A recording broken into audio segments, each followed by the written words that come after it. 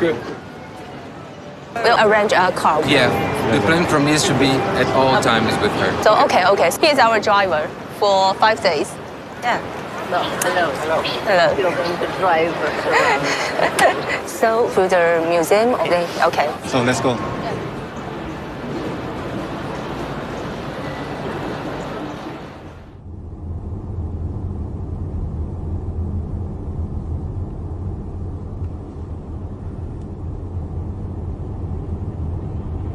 It was pretty dry and... Yeah, it just got dry yesterday.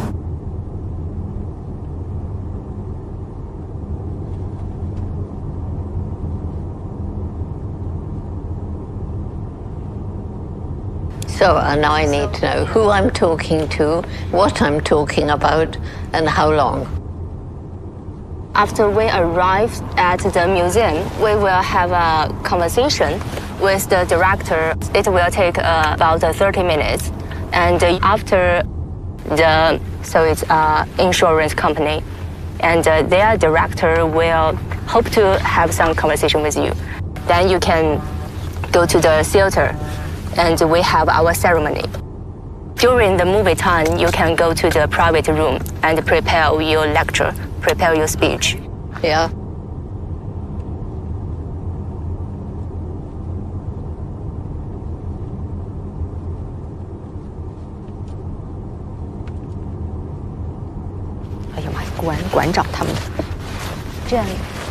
It's the director of the museum. It's a long journey. It's so tired.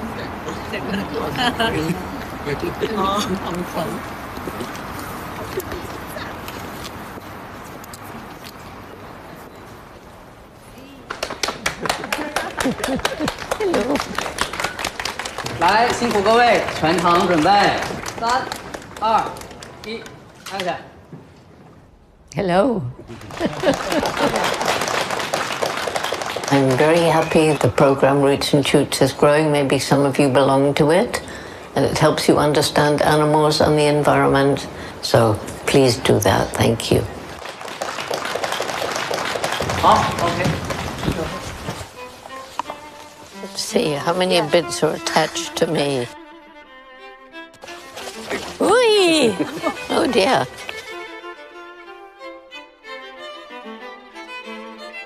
I will be with you in 4 days. You will? Yeah. Good. I will. Okay. Lots of old friends here. Hello. Look at their butterflies. Those are beautiful. 每一年级下册的课本，第一页就是关于她的实现愿望的一个小女孩，开心开心。 Yeah. They were working on the ancient canal. Yes. The protection. Yeah, that's amazing. Thank you. 下一个环节了，就不要就不要再好，来。对，内场已经在等了哈，各位，咱们抓紧点时间。 I know we haven't done a photo yet. Yeah. I'm so sorry, but we're running out of time. Very quickly do a photo. Yes. We can't just ignore them. I'm so sorry. Just very no. Oh come on, we can't ignore it. We can't leave them out. It's not fair. 10 minutes late is nothing. These young people abandoned the beach. You know they'd never forget it. Quick. Well, for the last few months, no more than 4 hours. 2 nights ago, I didn't sleep 1 hour. Come on, we're late, so we run. 有请这个主持人。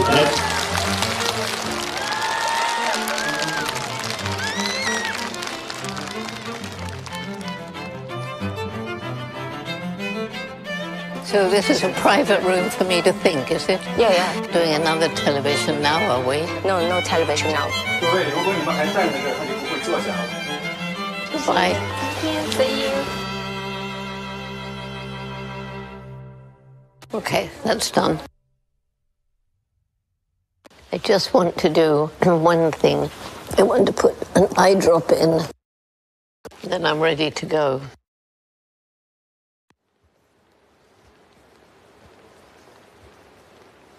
You are as strong as 5 years ago.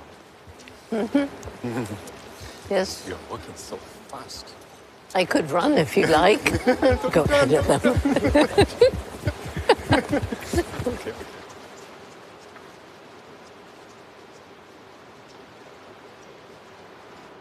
And then my reason for hope is what I call the indomitable human spirit. And that's why I carry Mr. H around with me. Mr. H was given to me by a man called Gary Horn. Gary Horn went blind when he was 21 in the US Marines. He decided to become a magician. And everybody said, Gary, how can you be a magician if you can't see? If he was standing here, I promise you, hardly any of you would realize he was blind. He sets out his props beforehand. But he does his shows for children. And at the end of the show, he tells them he's blind. He's never seen Mr. H, only felt him. He gave him to me for my birthday 33 years ago.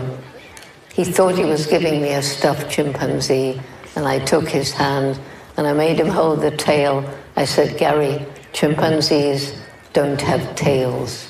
He said, never mind, take him where you go, and you know my spirit's with you. So that's my message for all of you, and thank you very much.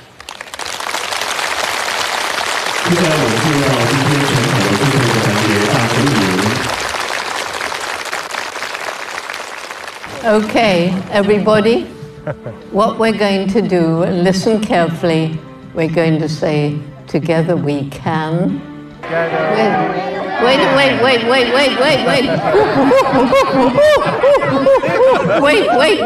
Wait. Okay, 1, 2, 3. Together we can. Together we will. Together we must save the world. Yes. Yes. Oh, that's beautiful. Yeah. Did you do that? Brilliant. Well done. 现在不能签了啊！哎，各位，老人家从早晨到现在没有吃饭呢，你们体谅一点，体谅一点。哇，他精力太好了，他的杯子里是 whisky 吧？ Wait, no, I'm stopping, Rand. I'm trying to get. 太厉害了，震撼，震撼。 See you. 我是想去，但是我就不知道这想太打扰了吧。 Not a good place to. 算了吧，不打扰，真的不打扰了，算了，我就觉得不打扰了，我就觉得真的太累了。 It's great to see you. 30 years, amazing. 不可以了，不可以了。下坡很危险的。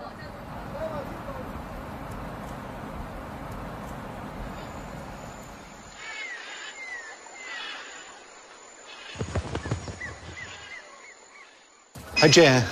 Good morning. Nice to meet you. So, what time you get up? This morning? Yeah. 7. Wow. Yes, please. You must be very tired. I mean, a long day. Yeah, it was a very long day. Starting at 5 o'clock in Hong Kong. Wow. Yeah. That's when I left. Crazy life. Yeah. Crazy. So you never want to stop? Well, I'd like to stop, but I can't. The world is in such a mess. Yeah. And people are losing hope. And they say I give them hope to carry on. So how can I stop? Yes, it also means very big burden, I guess. I mean, Well, it so is many really. people's hope Yeah. up to you. Yeah. Yeah, I know. When it first happened, I hated it. I wore dark glasses, let my hair down. People still recognized me. And then I realized, well, okay, people recognize me, then I'll make use of that and spread the message. So when you travel around the world, when you feel tired, feel kind of powerless, what kind of things do to relax? Oh, sit in the evening, drink whiskey with a friend.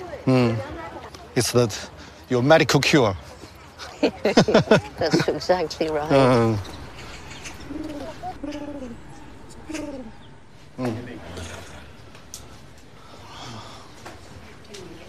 Oh. Later. Small gift for you. I don't know where Toby is with my shawl. He must be out there somewhere. Toby? Then I could put my shawl on, which looks nicer than this. Okay.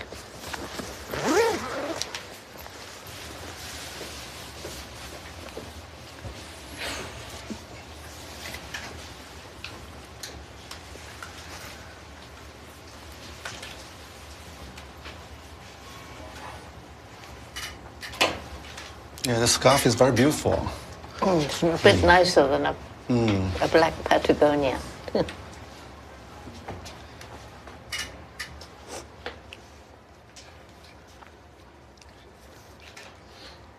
See, he has to double as hair, makeup, wardrobe.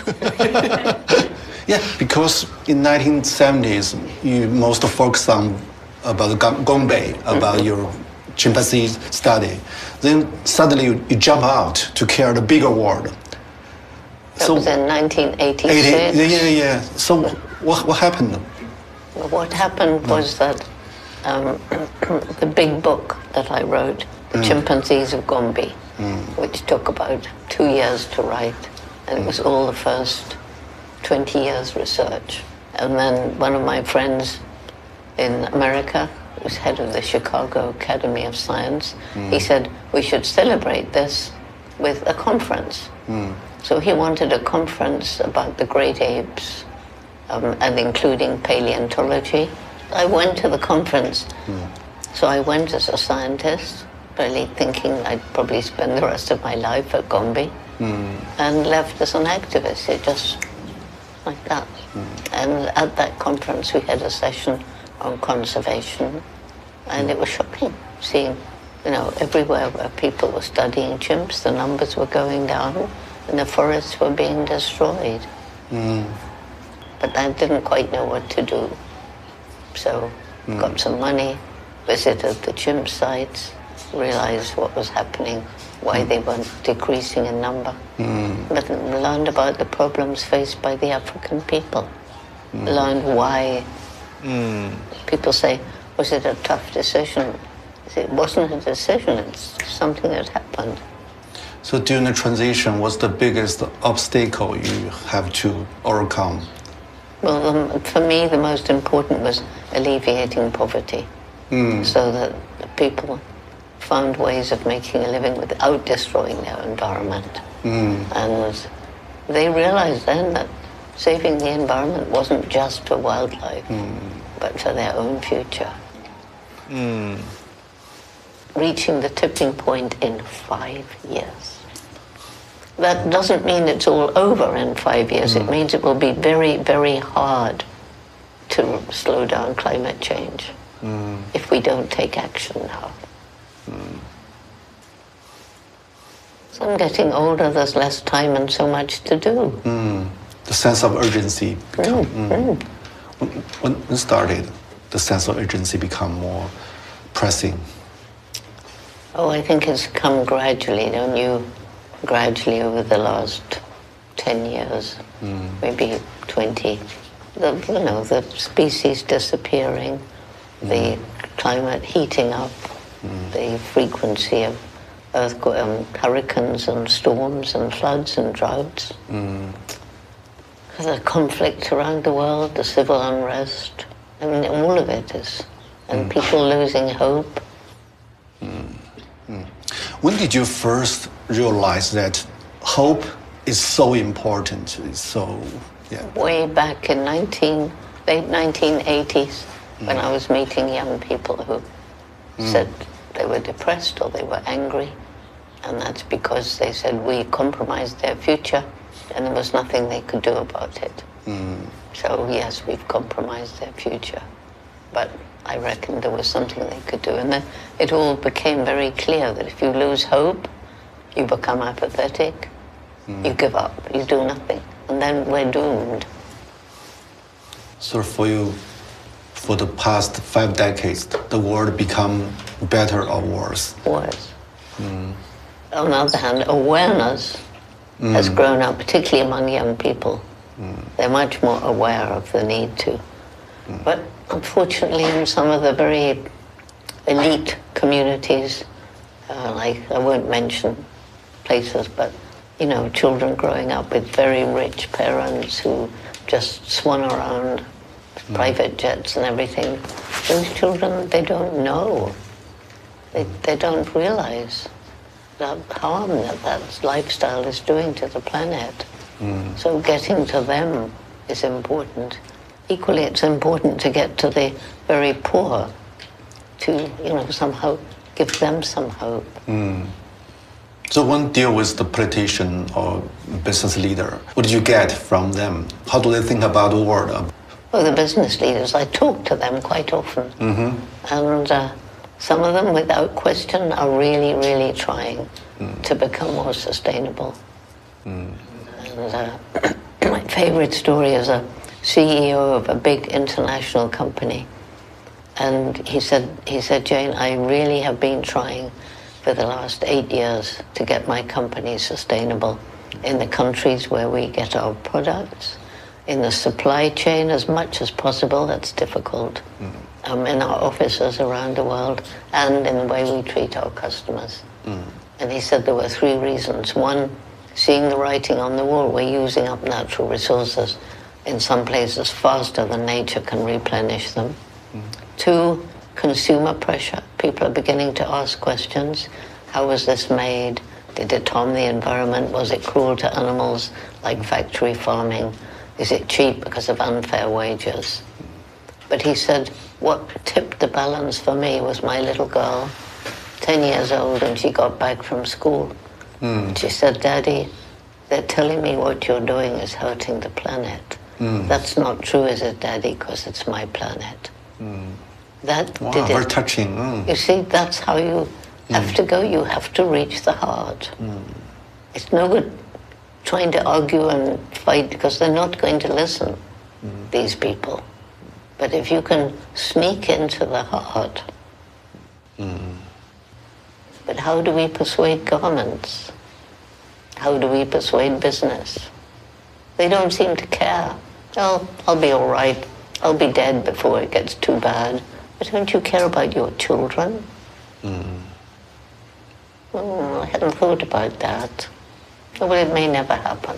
You know, I mean, I heard with my own ears, President-elect Donald Trump said, climate change is the biggest hoax in human history. He said that. Yeah. And he's going to be president. And his chief advisor will be Elon Musk. Elon Musk is the only person who's attacked me on social media because when I'm talking about the problems we face, I always say to have unlimited economic development on a planet with finite natural resources and a growing human population doesn't make sense. We've got 8 billion of us roughly on the world today. By 2050 it'll be about 10 billion. What's going to happen? I've never said more than that. And Elon Musk accused me of wishing for human genocide on social media. He's going to be the main advisor to Donald Trump. I mean, what do you do? And then all these political leaders, they all get together and they make their little plans, and it's like I'm reminded in Shakespeare's, we petty men creep under their huge legs and peep about to find ourselves dishonorable graves. And so I just thought, that's exactly what it's like. So many people feel so powerless. Yes. Makes the job of somebody like me very difficult. And still, I must give hope, because if people lose hope now, then of course we can't do anything about it. But in 1930s, 40s, it's more harsher than now, I guess. The World War II. What was I, 10, 11, 12, the end of the war. And the images of the Holocaust came out, the torture. Yes. And that made a deep, deep impression. I learned about human evil for the first time. And I began writing poems about it. And I began lying, thinking, how would I withstand torture? If I was being tortured to tell about something, would I be able to withstand it or not? So it was a grim time. So for today's world, what's the biggest threat of evil in today's world?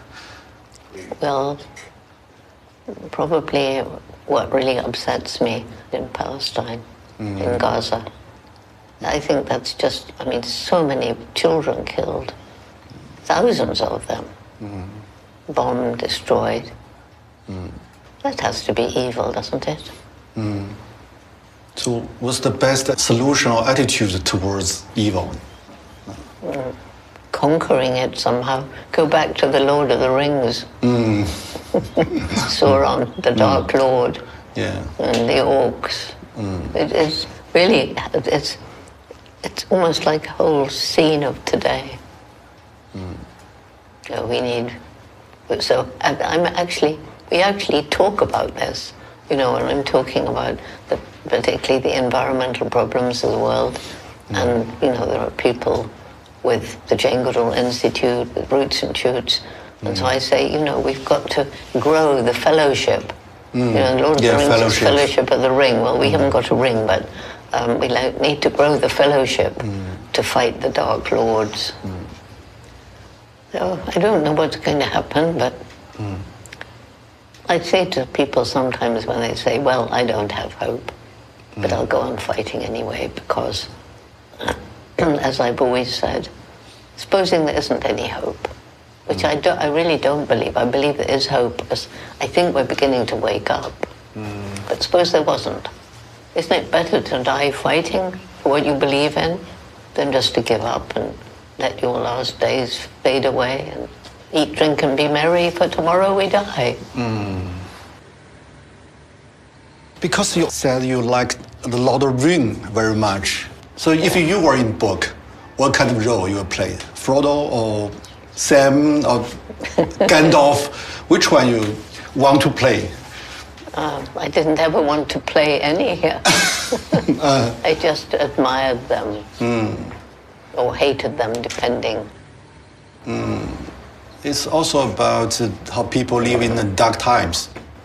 So what do you get from the book? I mean, about courage, about maybe dilemma, about persistence, hope. I mean, Frodo and Sam attempted the impossible, and that's one of my reasons for hope, that people who attempt the impossible and are told that they're stupid, but they succeed.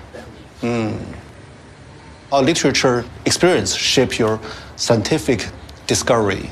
I don't know that it did. I mean, even as a little girl, I was out in nature watching birds and insects and squirrels, and, you know, loving to be out looking at the colors of the autumn tree and the little buds coming out in spring. And that tied in with poetry very much. Who is your favorite poet? Probably Keats. Keats. Yeah. Lots about nature, about the birds, I used to read Shakespeare all the time, and then poetry. I read a lot of poetry, and I loved it. How does this kind of experience change your maybe scientific training? Because I haven't had scientific training. I'm much more romantic than a scientist. Yeah, actually, you're a romance-driven person, actually. You know, scientific method, the way I use it's fine, but scientific method, being objective and cold, that's led to a lot of cruelty. You know, your animals are just subjects. I was told we were not part of the animal kingdom, we're separate. That's rubbish.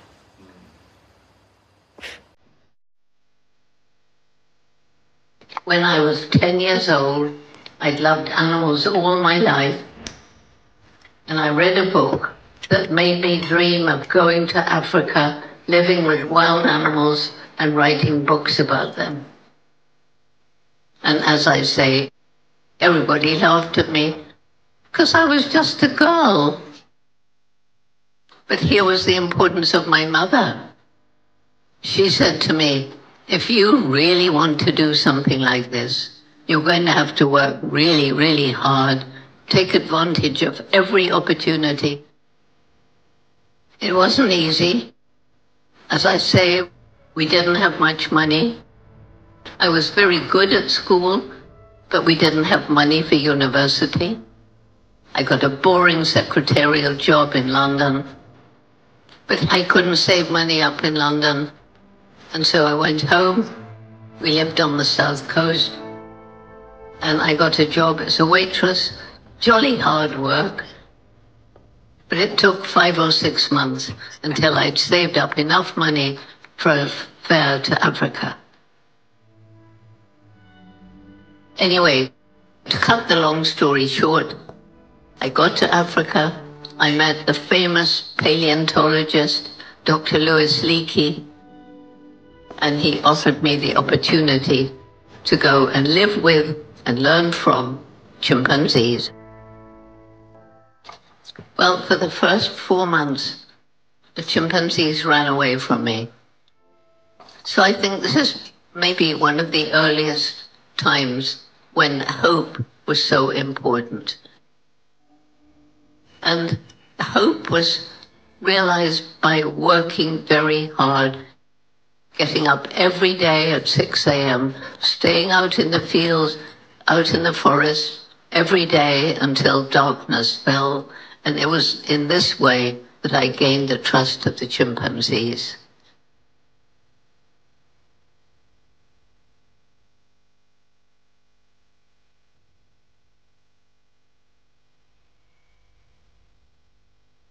And the most exciting thing that I then found out, how like us they are.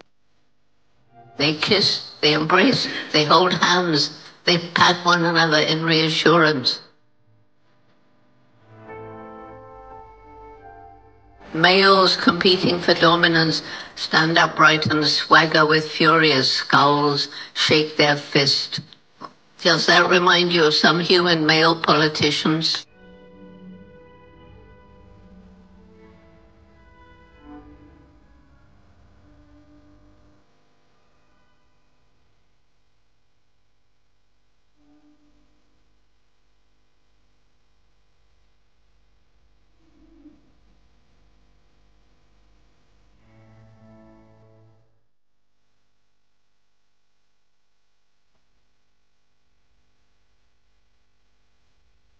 I was nervous. I mean, I'd never been to college. And I was told I'd done everything wrong. Jane, you shouldn't have given the chimps names. They should have had numbers. You cannot talk about them having personality, mind, emotion. Those are unique to us. I'd had a wonderful teacher as a child who had taught me that these wise professors were talking rubbish. That wise teacher was my dog, Rusty. You can't share your life with any kind of animal and not know we are not the only beings on the planet with personalities, minds, and emotions.